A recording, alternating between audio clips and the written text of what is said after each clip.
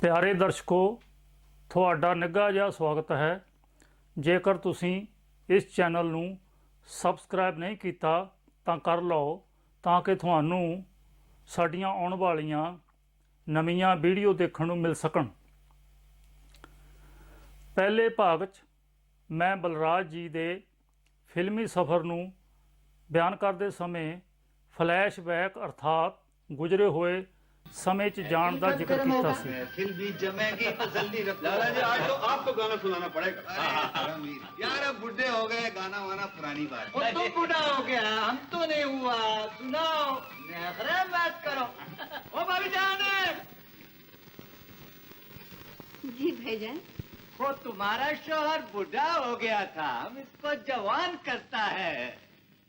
अच्छा, लक्ष्मी सामने है तो मैं जवान होगा जवान। ਅੱਜ ਮੈਂ ਇਸ ਫਲੈਸ਼ਬੈਕ ਨੂੰ ਪੇਸ਼ ਕਰਨ ਜਾ ਰਿਹਾ ਹਾਂ। ਬਲਰਾਜ ਜੀ ਲਿਖਦੇ ਹਨ, ਸਭ ਤੋਂ ਪਹਿਲਾ ਫਿਲਮੀ ਅਨੁਭਵ ਮੈਨੂੰ 7-8 ਸਾਲ ਦੀ ਉਮਰ ਵਿੱਚ ਹੋਇਆ ਸੀ। ਇਹ 1920 ਅਤੇ 21 ਦੀ ਗੱਲ ਹੈ। ਉਸ ਸਮੇਂ ਅੰਗਰੇਜ਼ੀ ਰਾਜ ਦਾ ਜ਼ਮਾਨਾ ਸੀ ਤੇ ਰਾਵਲ ਪਿੰਡੀ 'ਚ ਪਲੇਗ ਦਾ ਖਤਰਾ ਉੱਠ ਪਿਆ। ਮੇਰੀ ਮਾਂ ਨੇ ਇੱਕ ਦਿਨ ਘਰ ਵਿੱਚ ਕੋਈ ਚੂਹਾ ਟੱਪਦਾ ਦੇਖਿਆ। ਉਸੇ ਦਿਨ ਹੀ ਉਹ ਬੱਚਿਆਂ ਨੂੰ ਨਾਲ ਲੈ ਕੇ ਭੇਰੇ ਚਲੀ ਗਈ, ਜੋ ਸਾਹਨੀਆਂ ਦਾ ਪੁਰਾਣਾ ਵਿਰਾਸਤੀ ਟਿਕਾਣਾ ਹੈ।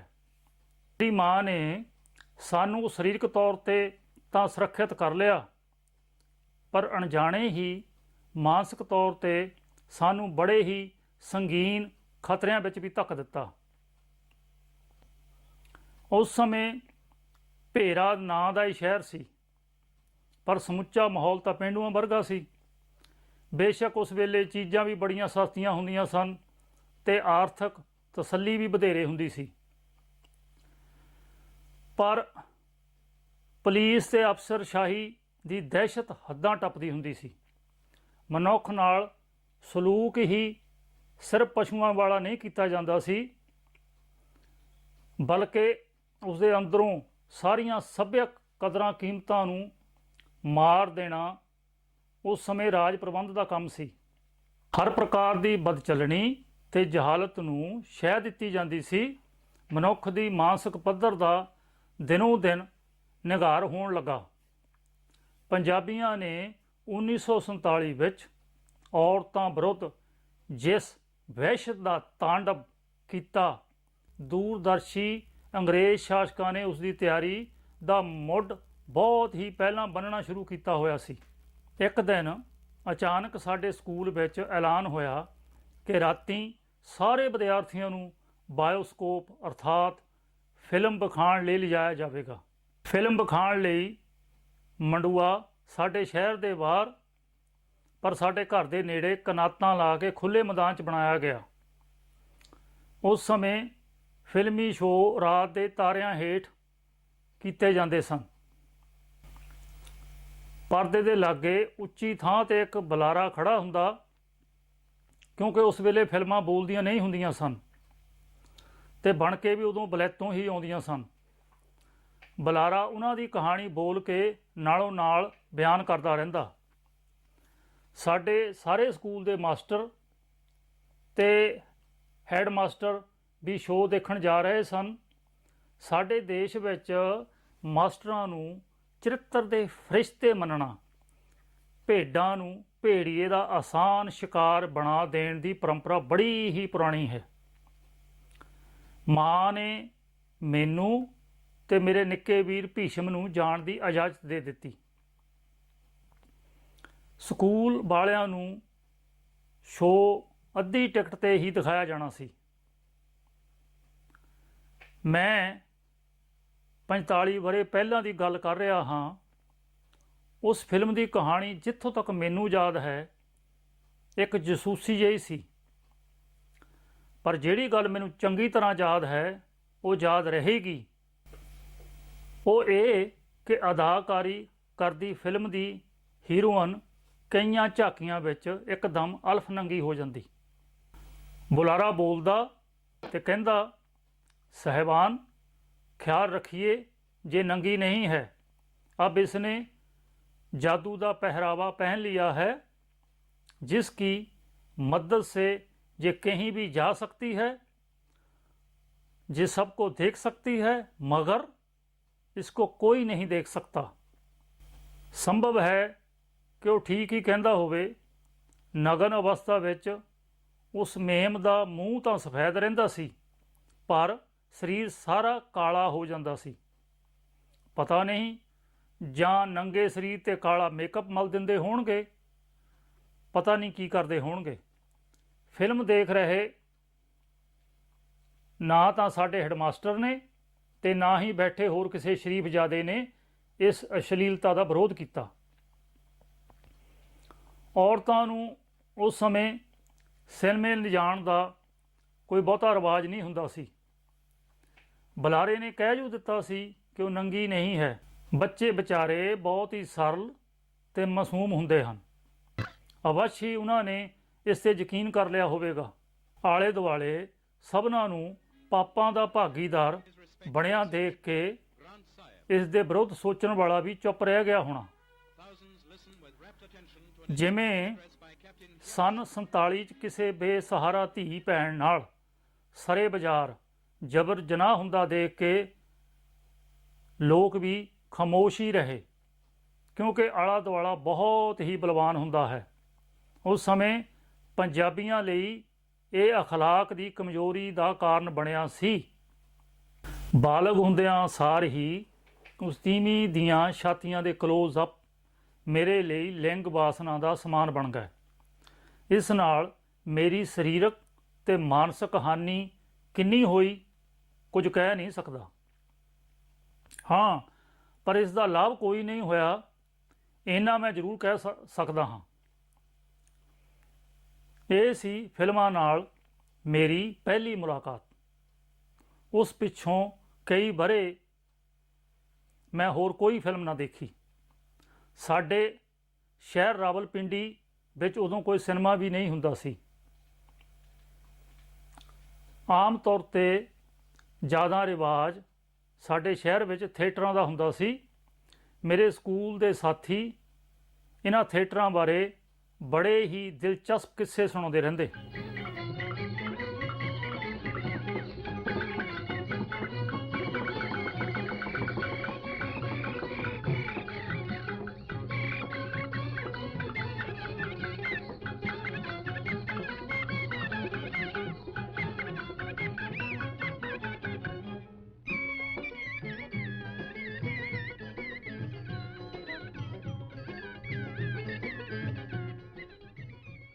इतने बड़े जहां में ये दिल तुझको तुझको अकेला छोड़ूं कैसे, तुझको तुझको अकेला छोड़ूं कैसे, तुझको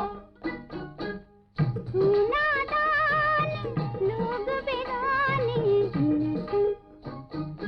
इन संग नाता जोड़ूं कैसे, इन संग नाता जोड़ूं कैसे, इन संग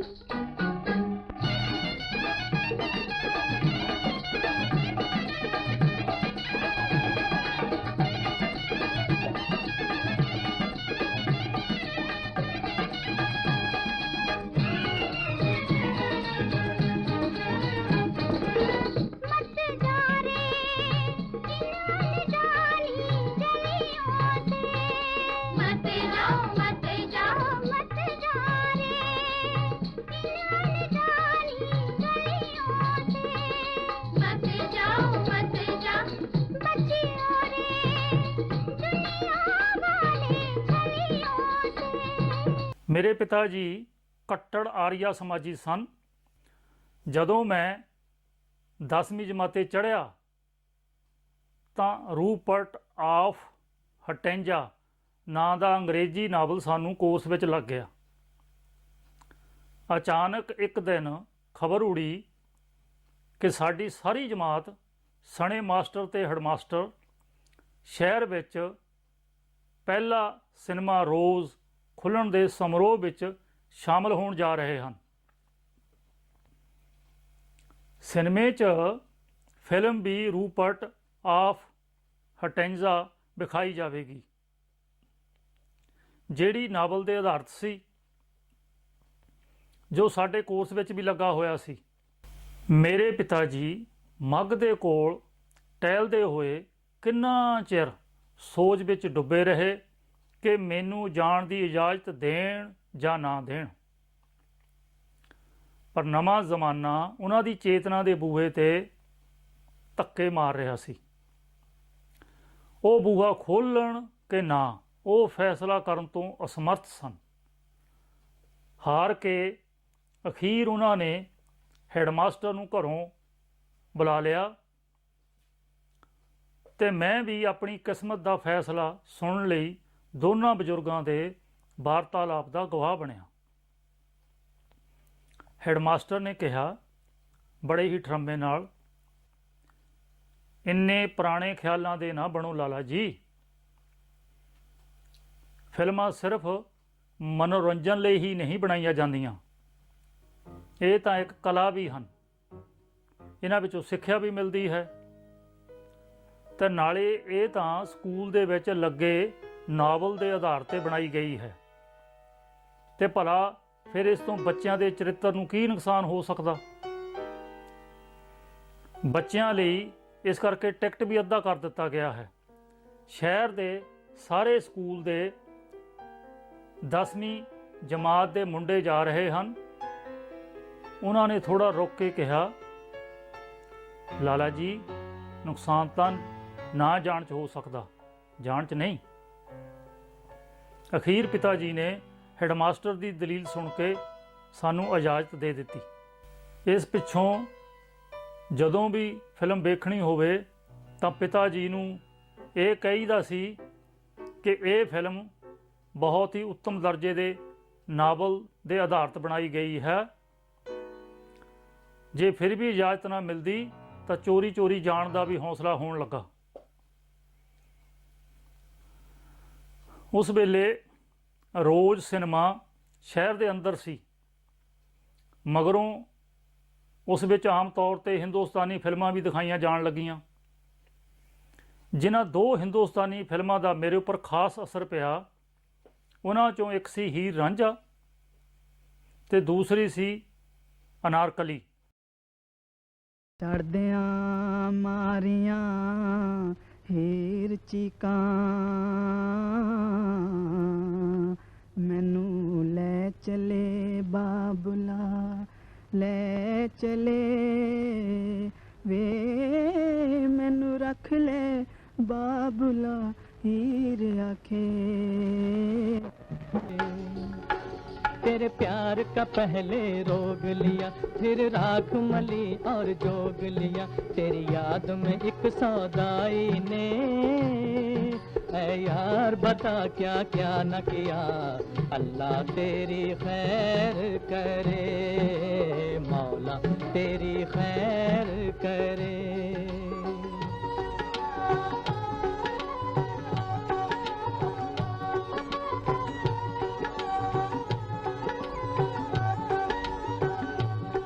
दिल इश्क की आग में तपता है, तेरे नाम की माला जपता है, तेरे नाम की माला जपता है।